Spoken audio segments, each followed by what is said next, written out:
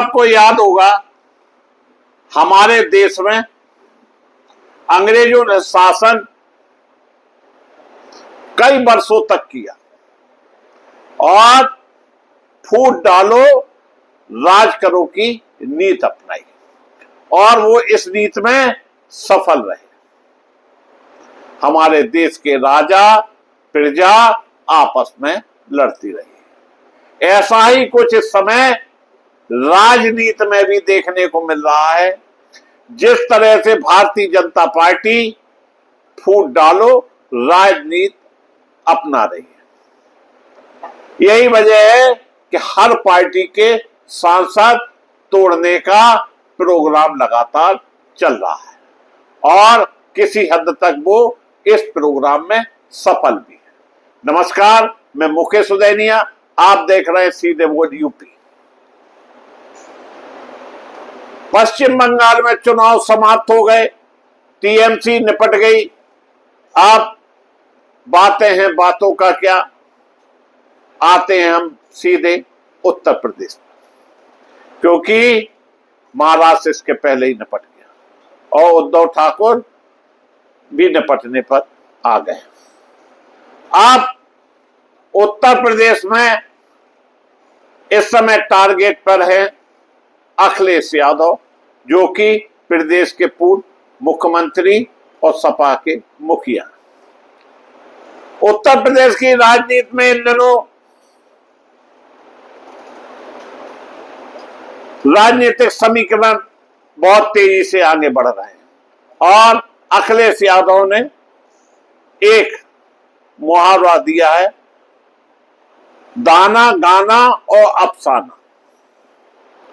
Samajwadi party के राष्ट्रीय अध्यक्ष अखिलेश यादव ने अपने सोशल मीडिया पोस्ट में इसी पंक्ति का इस्तेमाल करते हुए भारतीय जनता पार्टी और उनके सहयोगी नेताओं पर निशाना साधा।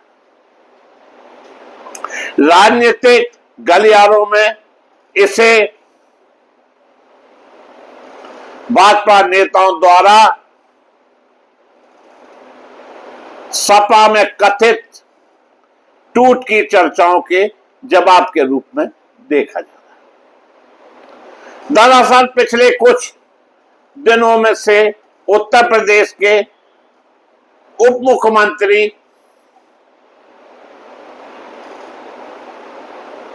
केशव प्रसाद मौर्य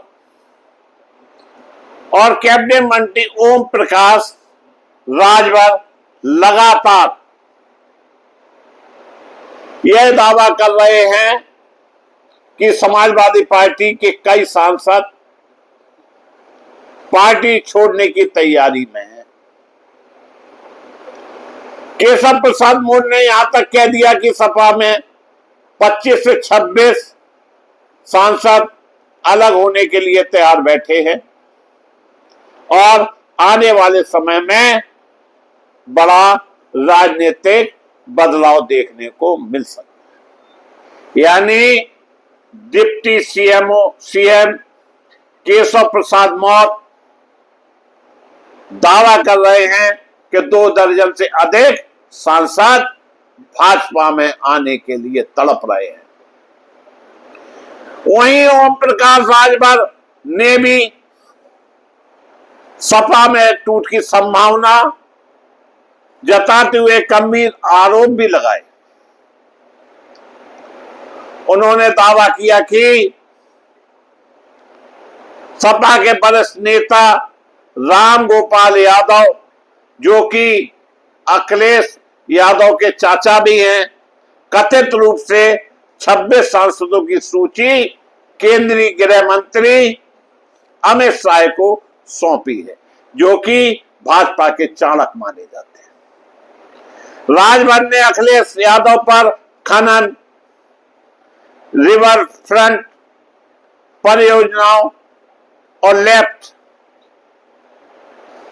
के आर्थिक संसाधनों को लेकर भी सवाल उठाए हैं तथा पूछा है कि चार्टर विमान चलाने के लिए धन कहां से आया।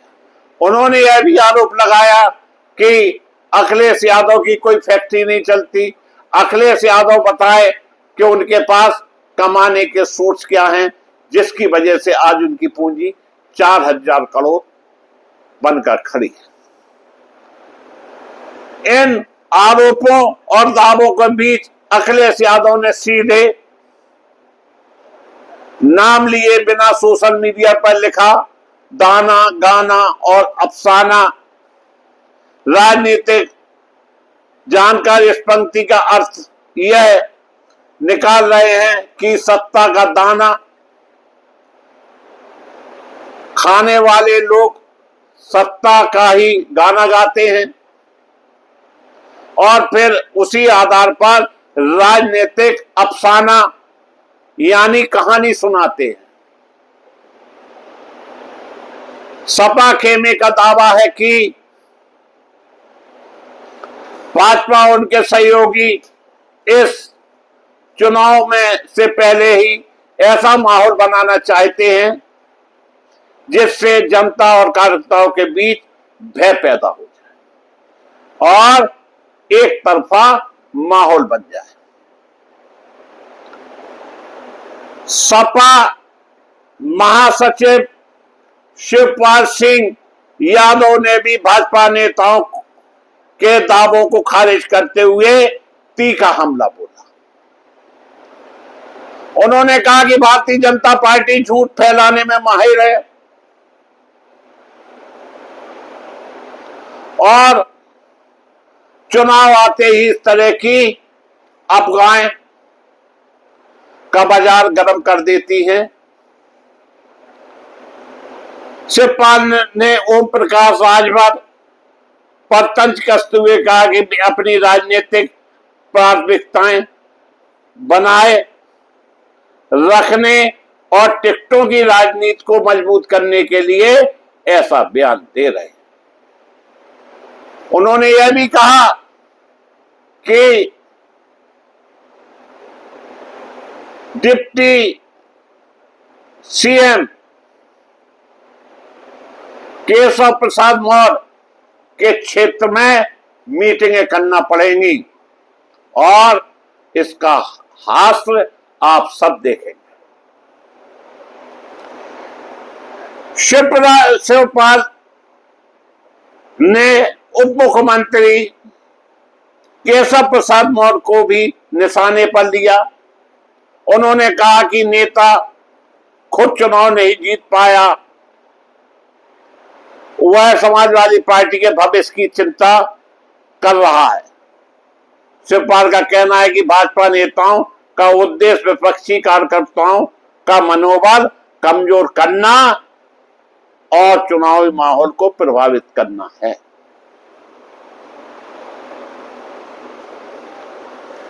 राजनीतिक एक्सपर्टों का मानना है कि पश्चिम बंगाल में तृणमूल कांग्रेस और महाराष्ट्र में शिवसेना के भीतर हुए विभाजन के बाद भाजपा के कुछ नेता समाजवादी पार्टी को लेकर भी वैसा ही राजनीतिक नैरेटिव बनाने की कोशिश कर रहे हैं।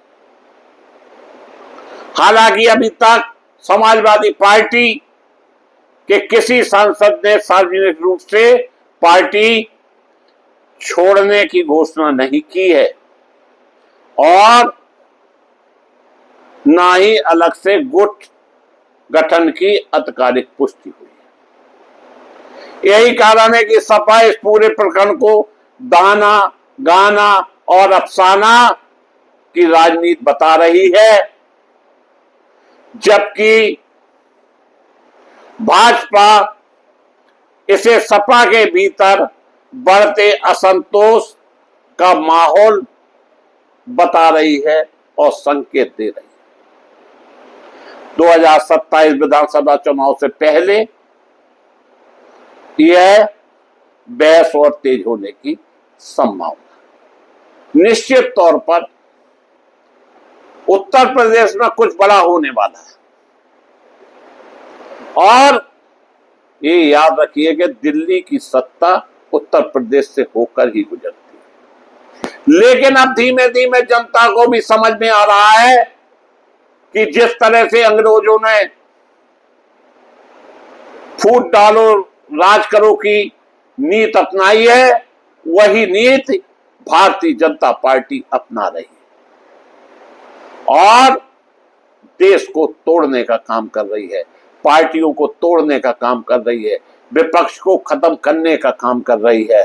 फिलहाल उत्तर प्रदेश की राजनीति में सवाल यही है कि क्या वास्तव में समाजवादी पार्टी के भीतर कोई बड़ी टूट होने वाली है या फिर चुनावी रणनीति के तहत तैयार किया गया राजनीतिक अफसाना है।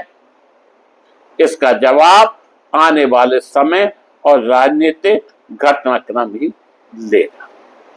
निश्चित तौर पर विपक्ष विहीन सत्ता देश में हमारे देश के चाणक्य, हमारे देश के प्रधानमंत्री चाहते हैं।